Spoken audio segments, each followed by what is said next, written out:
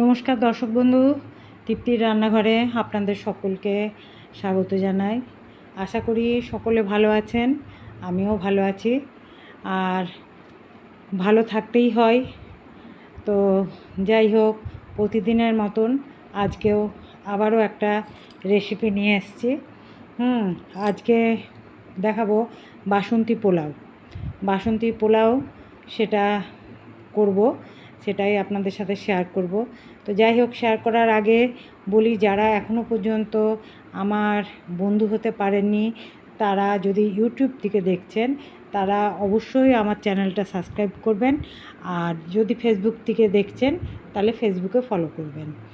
তো যাই হোক, আজকে বাসন্তী পোলাও শুরু করছি আমি গোবিন্দভোগ চাল দিয়ে। দেখুন, এখানে আমি ছোটো বাটির মাঝারি সাইজের এক বাটি চাল ভালো করে ভিজিয়ে রেখেছি। আর এর সাথে নিচ্ছি কাজু, কিশমিশ, তেজপাতা, এলাচ, লং, গোলমরিচ, সাজিরে। এগুলো হচ্ছে মানে ওর মধ্যে আমি দেবো। আমি মশলাটা ভাজবো শুকনো কড়াতে। দেখুন, কড়া বসিয়ে দিয়েছি, কড়াতে ঘি দিয়ে দিচ্ছি।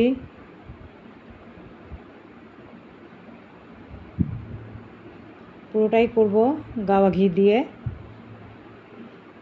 এবারে চালটা জল ছেঁকে চালটা দিয়ে দিলাম। এবারে চালটাকে একটু ভালো করে ভাজবো।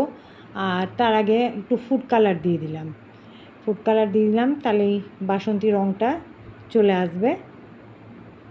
এবারে ভালো করে যতক্ষণ না গোবিন্দভোগ চালের গন্ধ উঠছে, ততক্ষণ আমি নাড়িয়ে যাব। তার মধ্যেই দিয়ে দিলাম কাজু, কিশমিশ আর তেজপাতাটা ছিঁড়ে দিয়ে দিলাম। এবারে ওগুলো সবগুলোই একসাথে নাড়ব। আমি দিলাম হাফ চামচের মতো নুন, আর জল দিচ্ছি আমি এই বাটিটার, আমি দিলাম, যেহেতু ছোটো বাটির এক বাটি আমি চাল দিয়েছি, সেই অনুপাতে আমি জলটা দিলাম। এই জলটা দেওয়ার পর ভালো করে সবগুলো দেখছেন কড়াইয়ের চারিপাশে চালগুলো লেগে আছে, সেগুলো মিলিয়ে দিচ্ছি। মিলিয়ে দেওয়ার পর আমি আবারও একটু জল দেওয়ার পর আরেক চামচ ঘি দিচ্ছি। আরেক চামচ ঘি এই কারণে দিলাম জলটা দেওয়ার পর, তাহলে পোলাওটা যখন হয়ে যাবে, একটা চালের সাথে আরেকটা চাল লাগে না। এবারে ঘিটা দিয়ে দিলাম, ঘিটাও ভালো করে মিশিয়ে নিলাম। আর আমি এবারে যেটুকু চাল দিয়েছি সেই অনুপাতে আমি চিনি দিচ্ছি। চিনিটাও ভালো করে দিয়ে আরেকবার নাড়িয়ে নেব।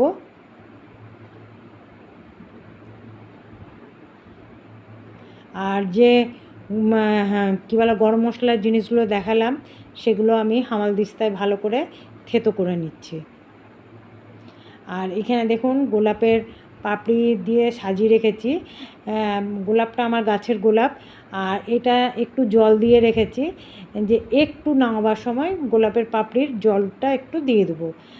রোজ ওয়াটার আমি ব্যবহার করিনি, আমি এখানে অরিজিনাল আমার গাছে যেহেতু ফুলটা হয়েছে, সেই কারণে একটু গোলাপ জল দেবো বলেই পাপড়িটা ভিজিয়ে রেখেছি।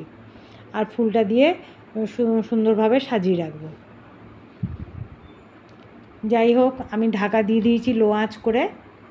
ঢাকাটা খুলছি, দেখুন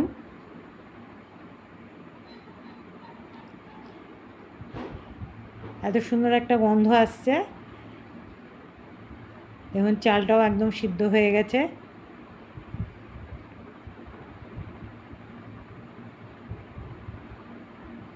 ভালো করে তল উপর করে আরেকবার নাড়িয়ে নিচ্ছি।